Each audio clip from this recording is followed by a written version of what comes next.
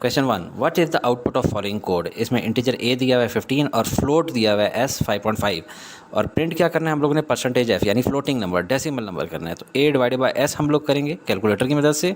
तो 15 divided by 5.5 किया तो आंसर आ गया 2.72। सो बी इज़ द आंसर। ये तो बहुत ही सिंपल था। Question number 2, which one of the following symbols is used in flow chart for the statement marks lesser than 33। यानी ये चेक कर रहा है, ये चेक करेगा, कंपेयर करेगा और फिर कुछ ना कुछ डिसाइड करेगा। तो आपको ज़रा चार्ट एक दफ़ा दिखा दूँ। ये आपको पता है स्टार्ट स्टॉप के लिए यूज़ होता है, ये रेक्टेंगल प्रोसेस के लिए, ये इनपुट आउटपुट के लिए, और जब भी डिसीजन लेना हो तो ये डायमंड शेप की तरह का यूज़ होता है। तो हमें समझ आ गई है कि हम लोगों ने चूँकि डिसीजन लेना है कि मार्क्स लेसर देन 33 है तो पास फेल कर देगा और ग्रेटर देन 33 तो पास करेगा। और ये डिसीजन के लिए जब भी डायमंड यूज़ हो तो डिसीजन के लिए। तो D is the answer. Question 3, which one of the following function is use to read string. Computer science. इस किस्म के सवाल बड़े बड़े इंजीनियर भी आपको नहीं समझा सकते, जो आज मैं आपको अच्छे तरीके से समझाता हूँ। गेट की आखिर में ई आ गया, और गेट कैरेक्टर और गेट्स, ये 4 मुख्तलिफ तरह के लफ्ज़ हैं, कोई भी आ सकते हैं आपको सवाल में। सिर्फ गेट कैरेक्टर आ रहा है तो इसका मतलब है कि आपसे एक कीबोर्ड से एक इनपुट की ली जा रही है लेकिन उसको एको नहीं किया जा रहा, यानी दोबारा प्रिंट नहीं किया जा रहा स्क्रीन के ऊपर। जब इसके आखिर में ई आ जाए तो आपसे एक तो इनपुट ली जा रही है की से, और दूसरा उसको एको यानी प्रिंट करके दिखा भी रहे हैं स्क्रीन पे कि क्या है। जब पूरा गेट कैरेक्टर लिखा हो तो इसके अंदर फिर क्या हो जाएगा, इसके अंदर गेट की भी होगी, यानी आप की इनपुट करेंगे, वो एको भी करेगा, उसको दिखाएगा भी, और फिर रिटर्न की दबाने का वेट करेगा। पुराने वक्तों में एंटर को रिटर्न कहते थे, इसलिए आखिर में ये आर लिखा हुआ है कि आप जब एंटर करेंगे तब वो आगे नेक्स्ट स्टेज पे जाएगा। और गेट्स का मतलब होता है गेट स्ट्रिंग, यानी कि ABCDEFG एक लंबा सा जुमला, कैरेक्टर नहीं है, ये पूरा गेट स्ट्रिंग है। तो ये जो है रीड स्ट्रिंग कौन करता है, गेट स्ट्रिंग से रीड होती है। और आप ये सोच रहे होंगे यार फिर ये गेट की का फ़ायदा क्या है कि एको ना हो रहा हो। ये नॉर्मली जब पिन कोड आप लोग बैंक के अंदर या कहीं आप लोग पासवर्ड डालते हैं, कोई साथ वाला बंदा ना देख ले, इसलिए किया जाता है सिर्फ गेट क, ताकि कोई और साथ वाला ना देख ले।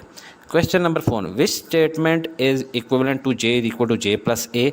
इस तरह की कोई भी आपको आ सकते हैं कंबाइंड असाइनमेंट ऑपरेटर, तो ज़रा प्रैक्टिस कर लें। Sum is equal to sum plus n लिखा हो और आपने इसको कन्वर्ट करना है इस किसी के फॉर्म में, तो क्या करना होगा, पहले वाले एक को काट लेंगे, जो आपके पास 2 दफ़ा लिखा होता है उसमें से एक को काट लेंगे, और ये जो इज इक्वल टू का साइन है ये उठा के एंड वाले से पहले ले जाएंगे। अभी इससे क्या बन गया, sum plus is equal to N, क्योंकि ये वाला कट गया और ये इक्वल टू उठ के इधर आ गया। और मिसाल देखते हैं, अगर हमें उल्टा रिवर्स ऑर्डर में मिले कि इस तरह का मिले तो हमने ये वाला लफ्ज़ एक दफ़ा और लिख लेना और इक्वल टू उधर ले जाएंगे। जैसे कि इस केस में हमने किया, एक सम और लिख लिया ये, और ये इक्वल टू उठा के उसके पास ले आए।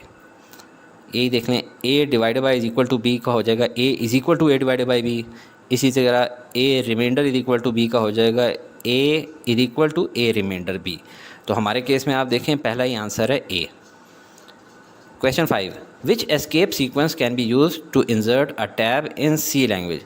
टैब के लिए देख लें फ़ौरन पता लग रहा है कि \t ही होगा, लेकिन हम कुछ और एग्जांपल्स भी देख लेते हैं एस्केप सीक्वेंस की। \a का मतलब होता है अलार्म, \b का मतलब कर्सर मूव बैक 1 पोजीशन, यानी कि अगर यहाँ पे कर्सर है तो ये इधर आ जाएगा, इस टी को डिलीट नहीं करेगा, इधर आ जाएगा। जब अगली कोई प्रिंटिंग होगी तो फिर वो टी के ऊपर प्रिंट हो जाएगी। \n का मतलब होता है कि move to beginning of the line, इधर बिल्कुल शुरू में आ जाएगा। फिर आ जाए \r beginning of current line, \n अगली लाइन के शुरू में, और \r रिवर्स जाके पहली कैरेक्टर की लोकेशन पे चला जाता है। फिर \t ये हमारा आंसर है, टैब आगे की तरफ चला जाता है कि जैसे यहाँ पे पड़ा हुआ है तो उठ के यहाँ तक चला जाएगा 8 डिजिट्स के बाद। डबल बैकस्लैश दिए हो तो इस बैकस्लैश का कोई मतलब नहीं है, इसके अगली वाली का मतलब है असल में कि बैकस्लैश। एक बैकस्लैश के बाद एक और सिंगल कोट दिया हुआ है तो इस फिर सिंगल कोट ही प्रिंट होगा। एक बैकस्लैश के बाद इन्वर्टेड कॉमर्स दिया हुआ है तो डबल कोट यानी इन्वर्टेड कॉमर्स ही प्रिंट होगा। तो हमारे केस में \t टैब का आंसर है। Question 6, which one of the following is the most suitable for making two way decision. Two way decision आपको पता है कि इफ़ एल्स के अंदर ही होता है, लेकिन वैसे हल्का सा देख लेते हैं कि अगर सिर्फ इफ़ हो कि कंडीशन ट्रू होगी तो आप सीधा आगे ले जाते हैं, अगर फॉल्स हो तो आपके पास कोई ऑप्शन ही नहीं होती, फिर भी आपने प्रोग्राम को एंड ही करना है।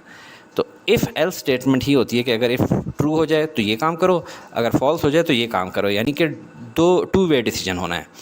फिर स्विच स्टेटमेंट क्या होता है? स्विच हमेशा आपको याद होना चाहिए कि स्विच कांस्टेंट के साथ कंपेयर करता रहता है कि पहला केस 1 ये है कि इसके बराबर है, केस 2 जिसके बराबर आपको मिल जाए तो उसके आगे वो ब्लॉक्स ऑफ इंस्ट्रक्शंस को एग्जीक्यूट कर लेता होता है।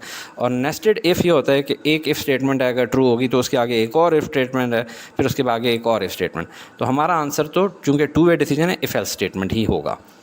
Question 7, how many times FBISE will be displayed by the following code? Very interesting, very tricky, ज़रा गौर से समझें जी। फॉर लूप रन करना है हमने। शुरू में आप देखें आई की वैल्यू क्या है, for integer i is equal to 1, i less than 10, i is equal to plus 2। शुरू में इंटीजर आई की वैल्यू क्या है, 1। वो नीचे गया, प्रिंट कर दिया federal board of intermediate and secondary education. अब लूप दोबारा आया, अब उसने क्या I is equal to I plus 2, तो आई की वैल्यू क्या हो जाएगी, 3 हो जाएगी। अब वो नीचे आएगा और एक दफ़ा और प्रिंट कर देगा फेडरल बोर्ड ऑफ इंटरमीडिएट। फिर दोबारा ऊपर जाएगा तो I equal to I plus 2, तो पहले 3 थी, अब 5 होगी। 5 भी देखा जाए तो 10 से कम है, तो एक दफ़ा और प्रिंट कर देगा। फिर ऊपर गया 7 भी देखा 10 से कम है, तो एक दफ़ा और प्रिंट कर दिया। फिर ऊपर गया और 9 हो गया, 9 भी 10 से वैल्यू कम है, तो एक दफ़ा और प्रिंट कर दिया। अब I equal to I plus 2 किया और आंसर क्या आ गया, आई इक्वल टू 11। तो यहाँ पे वो क्विट कर देता है प्रोग्राम को। और देखा जाए तो टोटल कितनी दफ़ा प्रिंट किया उसने FBISE, 5 bar. Question number 8, what is the output of following code? ये भी बहुत इंटरेस्टिंग है, सिंपल है, लेकिन ये इसका आंसर तो है आई इज इक्वल टू 1 और आई इज इक्वल टू 2। कैसे, ये ज़रा चेक करें। आई इज इक्वल टू 1 है हमारे पास शुरू में, तो हम लोगों ने क्या करना है, एक फॉर लूप लगाना है 1 से लेकर 2 तक का। सबसे पहले ये प्रिंट एफ करेगा \n, एक नई लाइन पे जाएगा और आई इज इक्वल टू 1 लिख देगा, क्योंकि आई की वैल्यू ही 1 है, तो ये डिस्प्ले कर देगा। अब ये दोबारा ऊपर जाएगा, आई प्लस प्लस करेगा, तो आई की वैल्यू अब हो जाएगी 2। वो इससे चेक करेगा आई लेस दैन 2 है, हाँ लेस दैन 2 है, तो फिर एक दफ़ा और I is equal to 2 display कर देगा। अब फिर ऊपर जाएगा I is equal to I plus 1 करके देखेगा 3, तो यहाँ पे फिर इस लूप से बाहर चले जाएगा क्योंकि ये कंडीशन मीट नहीं कर रही। तो टोटल जो हमारा डिस्प्ले होगा वो इस तरह का आएगा, आई इज इक्वल टू 1 और आई इज इक्वल टू 2, जो कि हमने पहले ही हाईलाइट कर दी है बी से। Question number 9, which one of the following gates has an output A into B? ये आपको पता है एंड गेट के अंदर होती है, लेकिन एक दफ़ा सारे गेट देख लें। एंड गेट क्या होता है, जो मल्टीप्लाई कर देता है, यानी कि दोनों इनपुट्स जो हैं उसकी हाई होंगी तो आगे हाई आएगा। और गेट के अंदर कोई एक भी जो है हाई हो जाए तो आउटपुट हाई आ जाएगी। नैंड गेट का मतलब ये होता है कि एंड गेट के आखिर में नॉट गेट लगा दिए, और नॉर गेट का मतलब होता है कि और गेट के आखिर में नॉट लगा दिए। इतना काफ़ी मेरा ख्याल है, तो ये एंड है। Question number 10, when the input to an inverter is low the output will be. अब इन्वर्टर होता क्या है कि अगर उसके यहाँ पे लो यानी कि 0 दे दिया जाए तो आउटपुट क्या हो जाएगी, हाई यानी 1 हो जाएगी। अगर इनपुट हाई हो जाए यानी 1 तो आउटपुट लो हो जाएगी यानी कि 0। तो अभी देखें इनपुट क्या है, लो 0 तो आउटपुट क्या होगी, हाई 1। तो ये हाई, ये देख के आपने टिक नहीं कर लेना, हाई और 1 ये वाला हमारा आंसर है C. Question 11, what is the output of following HTML code? इस तरह का सवाल अक्सर आ जाते हैं और बच्चे कंफ्यूज हो जाते हैं, क्योंकि ये ऑर्डर्ड लिस्ट टाइप करने का कह रहा है। एक दूसरी लिस्ट होती है अनऑर्डर्ड लिस्ट। ज़रा फ़र्क समझ लें। अनऑर्डर्ड लिस्ट में नॉर्मली ये बुलेट्स लगे होते हैं, डॉट लगे होंगे, स्क्वायर लगे होंगे, और ऑर्डर्ड लिस्ट में 1 2 3 4 होते हैं। अगर आपने कभी किसी बताना है यार फ़लानी लाइन में चले जाओ, 5th लाइन में, तो आप बड़ी आसानी से बता सकते हैं क्योंकि ये बाकायदा ऑर्डर्ड है। इसमें आपने किसी को बताना हो यार फ़लानी लाइन में अगर 25-30 लाइनें हैं तो बंदा नहीं बता सकता किसी को। तो ये ऑर्डर्ड लिस्ट नंबर्स वाली लिस्ट को कहते हैं। तो यहाँ पर देखें किस में नंबर आए हुए हैं, बी के अंदर, क्योंकि इसमें एक नंबर है और एक अनऑर्डर्ड वाला है, तो B is the answer. Question number 12, Which one of the following is correct HTML statements to divide browser window into 3 column?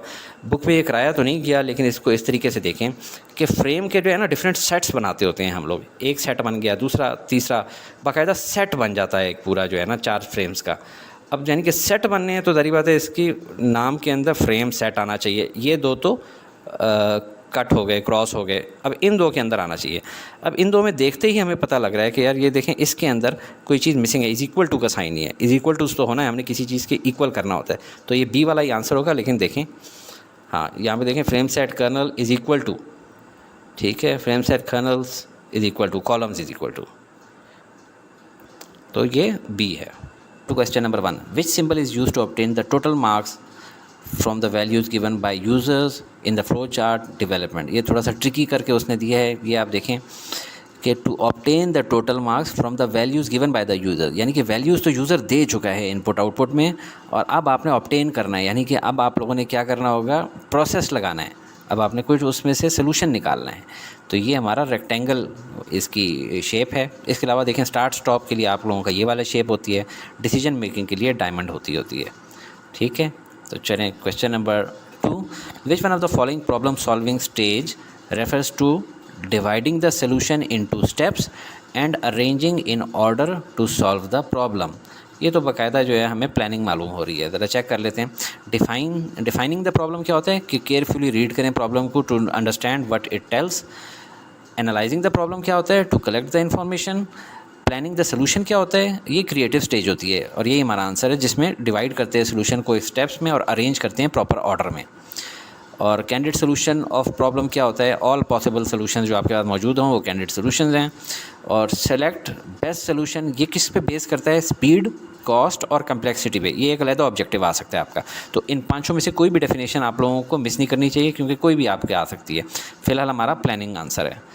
Question 3, which of the software examines the values stored in variables and help in finding and removing the errors. Basically आप देखें कोई ख़राबी हो गई है जिस तरह, तो आप लोगों ने क्या करना है, उसको चेक करते रहना है। इसको आमतौर पे कहा जाता है डीबगिंग। जैसे कोई मक्खी, बग कहते हैं ना, वो कहीं पे घुस गई है, कोई ख़राबी घुस गई है, तो उसको निकालना कहते हैं डीबग करना। लेकिन बाकी भी देख लेते हैं। ये है लोडर की मिसाल। लोडर क्या होता है, it is a software that loads programs into memory and then executes them. यानी कि ऑलरेडी कोई प्रोग्राम आपके पास कंप्यूटर में मौजूद है जो .exe फाइल है। लोडर का काम होता है कि उसको लोड करना, उस एग्जीक्यूटेबल फाइल को लोड करना और उसको एग्जीक्यूट कर देना। नेक्स्ट जो है लिंकर है। लिंकर का काम होता है जो हेडर फाइल्स .h वाली आपने डाली होती हैं और जो आप कोड लिखते हैं .ऑब्जेक्ट फाइल, इनको आपस में लिंक करके एग्जी फाइल बनाना। Editor simple word processor type का एक सॉफ्टवेयर होता है। और डीबगर हमारा काम है जो डीबगिंग करता है, बग्स को ढूंढता है, यानी कि ख़राबियाँ देखते हैं हमारे सॉफ्टवेयर के अंदर। तो ये हमारा आंसर है। Question 4, what is the range of numbers that can be stored in variable of type float. इस तरह के क्वेश्चन बच्चे अक्सर भूल जाते होते हैं, तो ये आखिरी टाइम पे जाते हुए देखना ज़रूरी है। इसमें मुख्तलिफ हैं। अभी आप देखें फॉर एग्ज़ाम्पल हमारे जो हैं इंटीजर टाइप्स हैं, फ्लोट टाइप्स हैं और कैरेक्टर टाइप है। कैरेक्टर टाइप सबसे आसान है, उसके लिए सिंपल 1 बाइट यूज़ होती है फॉर ईच कैरेक्टर। इंटीजर में आएँ तो इंटीजर या शॉर्ट इंटीजर के लिए 2 बाइट्स यूज़ होते हैं, और ये -32K से +32K तक इसके इंटीजर्स होते हैं। लॉग इंटीजर के लिए 4 बाइट्स, और ये -2 मिलियन से +2 मिलियन। तो इस तरह का नंबर आप इतना बड़ा याद नहीं रख सकते, तो आप ये फिगर्स याद रखें। अनसाइंड इंटीजर, उसके लिए भी 2 बाइट्स होते हैं, क्योंकि बिल्कुल इसके बराबर है। देखें ये माइनस से लेकर प्लस तक है, तो सीधा 0 से लेकर 65K तक चला जाता है, यानी कि ये दोनों का प्लस किया जाए तो ये 65K ही बनता है। फ्लोट में आ जाएँ तो फ्लोट के लिए कितनी बाइट्स यूज़ होती हैं, अगर ये आपको भूलने का इम्कान होता है तो याद रखें, फ्लोट F से शुरू हो रहा है और 4 भी F से शुरू होता है। तो फ्लोट के लिए 4 बाइट्स। डबल फ्लोट यानी डबल हो जाएगा उसका 4 का, तो 8, और उसके अलावा लॉन्ग डबल फ्लोट थोड़ा सा एक्स्ट्रा भी, तो 10। और फ्लोट की वैल्यू है 10⁻38, और डबल फ्लोट की 10⁻308, और ये लॉन्ग डबल फ्लोट 10⁻4932। ये वाला नंबर याद रखना मुश्किल है। आगे प्रिसीजन देख लें। फ्लोट की होती है 6 to 7 डिजिट्स, डबल फ्लोट उसका डबल है तो 15 डिजिट्स, और लॉन्ग डबल फ्लोट उसका भी double, twice precision of double. तो हमारा इस केस में क्या है, वेरिएबल ऑफ टाइप फ्लोट के अंदर क्या होगा, 10⁻38। Question number 5, which symbol with the variable refers to the memory location in scanf. वैसे तो हमें याद है एंड ही है, लेकिन ज़रा देखें ये इसका फॉर्मेट होता है। हम कोई भी नंबर एंटर करते हैं तो वो कहाँ चला जाता है, वो देखता है कि ये कहाँ पे लगा हुआ है, एंड कहाँ पे लगा है, तो एंड के साथ जो भी वेरिएबल लगा होता है उसमें डाल देता होता है। तो ये मेमोरी लोकेशन बता रहा होता है कि इस मेमोरी में चले जाओ, तो एंड ही हमारा आंसर है। Question number 6, very important and tricky one. इसमें आप देखें आपको ये एक्सप्रेशन गिवन है, z = b/2 + b × 4/b, double and लिखा हुआ है b a + a/3। ये सोल्यूशन आपने कभी नहीं किए होंगे। इसका मतलब है कि आपने एंड गेट वाला सवाल करना है। a = 5, b = 3। एंड गेट वाले सवाल से क्या मुराद है अभी समझाता हूँ। इसको आपने करने के लिए ना आपने रफ्स एरिया यूज़ करना है, और इसके अंदर आप एक दफ़ा इक्वेशन दोबारा लिख लें। अब जहाँ जहाँ पे b है वहाँ पे आप b की जगह वैल्यू डाल देंगे 3, और जहाँ जहाँ पे a आ रहा है वहाँ पे आप वैल्यू डाल देंगे 5। तो हमने ऐसे ही किया। अब देखें 3/2 से आ जाएगी value 1.5। 3 multiply by 4 divide by 3 से आंसर आ जाएगा 4 एंड इसी तरह। और ये देखें 3 लेस देन 5 लिखा है। अब ये हम लोगों ने देखना है कि ये क्या लॉजिकली एक ट्रू बात है। 3 लेस देन 5 हाँ ट्रू है तो आपने ट्रू लिख दिया। 5 डिवाइड बाय 3 1.667। अब करना ये है जहाँ भी कहीं ट्रू लिखा होगा ना तो वहाँ पे आपने 1 कर देना होगा इस क्वेश्चन में, ठीक है। यहाँ वालों को प्लस किया 5.5 और यहाँ पे ट्रू की जगह 1। अब इन दोनों को प्लस कर लेंगे तो 2.667। अब एंड गेट का इस्तेमाल कैसे होता है आपको पता है। एंड गेट में या तो 0 होता है या 1 होता है। 1 का मतलब हायर वोल्टेज की ज़ुबान में अगर बात की जाए तो अगर 0 होगा दोनों में तो आंसर 0, अगर दोनों में 1 0 होगा तो फिर भी आंसर 0 होगा। दोनों में जब तक 1 और नहीं होगा तो आंसर 1 नहीं आएगा। तो इन दोनों केसेस में देखें 1 आ रहा है, यानी 1 से बड़ी 0 से बड़ी वैल्यू है, तो इसका आंसर आप 1 लिख लेंगे और यही हमारा आंसर है। बड़ा ट्रिकी सवाल था इस जैसा। क्वेश्चन नंबर 7 भी है, उस पर आते हैं। उसकी इक्वेशन देखें तो ऐसी है, उसमें आपको एक और गेट भी नज़र आ रहा है लॉजिकल और एक लॉजिकल एंड भी आ रहा है, तो ये उसके मुकाबले में थोड़ा और कॉम्प्लेक्स है। इसके अंदर आप लोगों ने रफ एरिया में जो काम करना है उसके अंदर सबसे पहले आपने एक्सप्रेशन दोबारा लिख लेनी है। अब इस एक्सप्रेशन में जहाँ जहाँ x है वहाँ पे 10 लिख देंगे, जहाँ जहाँ पे y है वहाँ पे आप 3 लिख देंगे। तो इस तरह हम लोगों ने लिख लिया। अभी आप देखें क्या सोल्यूशन निकल रहा है। 4 मल्टीप्लाई बाई 11 से आया 44। अच्छा यहाँ पे प्लस प्लस x था, यानी कि x की वैल्यू तो 10 है, प्लस प्लस x क्या हो गया 11। इसी तरह यहाँ पे माइनस माइनस y था तो y की वैल्यू क्या है 3, तो माइनस माइनस y हो जाएगा 2। ये मैं भूल गया था, मैंने अभी बता दिया। अब ये देखें 10% 2 यानी कि 10 रिमाइंडर 2 से डिवाइड करेंगे 10 को तो रिमाइंडर क्या आएगा 0, ठीक है। अब 2 लेसर देन 0 ये स्टेटमेंट ट्रू है या फॉल्स है, फॉल्स है। तो इसके नीचे आप लिख देंगे फॉल्स एंड 13। फॉल्स की जगह आप क्या लिख देंगे 0, क्योंकि पिछले क्वेश्चन में आपने देखा था ट्रू की जगह हम लोगों ने 1 लिखना होता है, फॉल्स की जगह 0। अब ये बीच में क्या लगा हुआ है एंड गेट, और एंड गेट का उसूल क्या होता है कि दोनों में से कोई एक भी 0 हो तो फिर वो आंसर 0 आ जाता होता है। तो इनका आप आंसर लिख देंगे यहाँ पे 0। और ये क्या लगा हुआ है अब और गेट। और गेट का उसूल ये होता है कि कोई एक भी 0 से बड़ी हो यानी 1 हो तो आउटपुट आंसर जो होता है उसका 1 आना होता है। अब ये देखें ये 1 है या 1 से बड़ी है और दूसरी तरफ 0 है, तो और गेट का उसूल होता है ये 1 आ गया। Question 8, What is the output of the following codes where a is equal to 1 and b is equal to 5? ये कोड को गौर से देखें। If a minus b is lesser than 6, इसको सॉल्व कर लेते हैं। तो ये कैलकुलेट सबसे पहले ये करेगा, इफ़ के अंदर जाएगा, a माइनस बी को देखेगा 6 से छोटा है या बड़ा है। तो a माइनस बी की क्या वैल्यू आती है, a की वैल्यू है 1, b की वैल्यू है 5, तो 1 माइनस 5 माइनस 4, तो माइनस 4 इज़ लेसर दैन 6। हाँ ये सच है, तो कंडीशन इज़ ट्रू। जब ये कंडीशन ट्रू हो जाती है तो हम लोग इसके बाद वाली प्रिंट की स्टेटमेंट यूज़ करते हैं। अगर ये फॉल्स हो जाती है तो फिर एल्स में जाते हैं और इसको यूज़ करते हैं। तो हम लोगों ने इसके बाद इसमें गए और क्या प्रिंट एफ होएगा, प्रिंट वैल्यू होएगी ए की वैल्यू, और ए की वैल्यू क्या है 1, तो ये डिस्प्ले कर देगा 1 स्क्रीन के ऊपर। अब कहाँ जाएगा, इसको स्किप कर देगा एल्स को और अब इस स्टेटमेंट पे आ जाएगा। और अब क्या प्रिंट करेगा, a प्लस बी, ए की वैल्यू 1, बी की वैल्यू 5, यानी कि दोनों को प्लस करके 6 डिस्प्ले कर देगा। इस तरह से 6 आ गया। अब आप देखें कि एक दफ़ा इसने 1 डिस्प्ले किया, एक दफ़ा 6 डिस्प्ले किया, तो हमारे चॉइस के अंदर क्या आ रहा है, 1 है, 5 है, 1 5 है, 1 6 है। तो ये हमारा आंसर है। क्यों, क्योंकि कहीं पे भी \n नहीं था, लिहाजा 1 डिस्प्ले करने के बाद अगला 6 उसने बिल्कुल साथ ही डिस्प्ले किया है इस तरह से। तो डी हमारा आंसर है।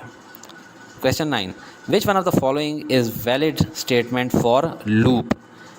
ये सारी की सारी ही वैलिड हैं। अच्छा ये मैं बताना भूल गया कि अगर आपने चैप्टर 3 और चैप्टर 7 के बहुत ही क्लासिक नोट 2 सफ़े के सिर्फ करने हैं, जिसमें से काफ़ी सारे ऑब्जेक्टिव्स आते हैं हर साल, तो वो मैं उसका लिंक डिस्क्रिप्शन में देख रहा हूँ, वहाँ से देख लें। अभी आ जाएँ जी इन लूप के अंदर। In for loop you can keep blank any of the expressions. 3 expressions होती है ना, एक पहले, एक बीच में और एक आखिर में। पहली वाली को इनिशियलाइजेशन कहते हैं, बीच वाली को टेस्ट कंडीशन और आखिरी वाली को इंक्रीमेंट। इनमें से या तो तीनों भी ना लिखें तब भी चल जाता होता है, कोई 2 लिख दें तब भी चल जाता है, या 1 लिख दें तब भी चल जाता है। तो यहाँ पे all of these is the answer. ये बड़ा इंपॉर्टेंट शॉर्ट नोट भी आ सकते हैं। Which logic gate is represented by the function X Y और बार। एक्स वाई मल्टीप्लाई हो रहे हैं यानी एंड गेट है, और ऊपर बार है यानी आगे नॉट भी लगा हुआ है। तो एंड और नॉट कंबाइन हो जाए तो नैंड बन जाता होता है। लेकिन ज़रा ये डायग्राम से भी देख लें, ये एंड गेट है, और जब नैंड गेट होता है तो एंड के आगे नैंड गेट लग जाए, यानी मल्टीप्लाई हो रहे हैं और ऊपर फिर नॉट लग रहा है, तो NAND is the answer. Question 11, a computer that makes the web pages available through the internet is called. ये एक कंप्यूटर है जो कि वेब पेजेस अवेलेबल करता है हम लोगों को, जो चाहे मोबाइल से यूज़ कर रहे हैं, लैपटॉप से, थ्रू इंटरनेट। तो और इसको क्या कहा जाता है, वेब सर्वर। बहुत ही आसान था क्वेश्चन नंबर 12, इसमें से कई ऑब्जेक्टिव्स आ सकते हैं। Which part of the web address tell the server type of file is being requested. ये आप देखें इस तरह का पूरा वेब एड्रेस होता है। इसमें जो शुरू वाली चीज़ होती है इसको कहा जाता है प्रोटोकॉल। फिर आगे रिसोर्स नेम होता है, जो ये पूरा का पूरा लिखा हुआ है यहाँ से लेकर यहाँ तक येलो में और रेड में। इसका पहला हिस्सा होता है उसको कहते हैं डोमेन नेम, और बाद वाला को कहते हैं टॉप लेवल डोमेन, जिसमें टाइप और कंट्री कोड भी आ जाता होता है, और आखिर में फ़ाइल का पाथ होता है। तो प्रोटोकॉल जो होता है it tells the server what type of file is being requested. तो ये आंसर तो हमारा ये हमें पता लग गया http:// लेकिन बाकियों को भी देख लें कि ये जो रिसोर्स नेम होता है पूरा का पूरा यहाँ से यहाँ तक, it is address of a specific computer where website is located. यानी पाकिस्तान में किसी बंदे ने अगर कोई वेबसाइट बनाई है तो उसके कंप्यूटर। डोमेन नेम जो होता है इसका पहला वाला हिस्सा नेम ऑफ़ वेबसाइट होता है, इस तरह अल्लामा इकबाल ओपन यूनिवर्सिटी। और टॉप लेवल डोमेन नेम जो होता है ना वो होता है .com .edu इस तरह। Browser will see this to resolve location of the requested site. और फाइल पाथ क्या होता है, it is links to a specific page और सोर्स इन अ वेबसाइट।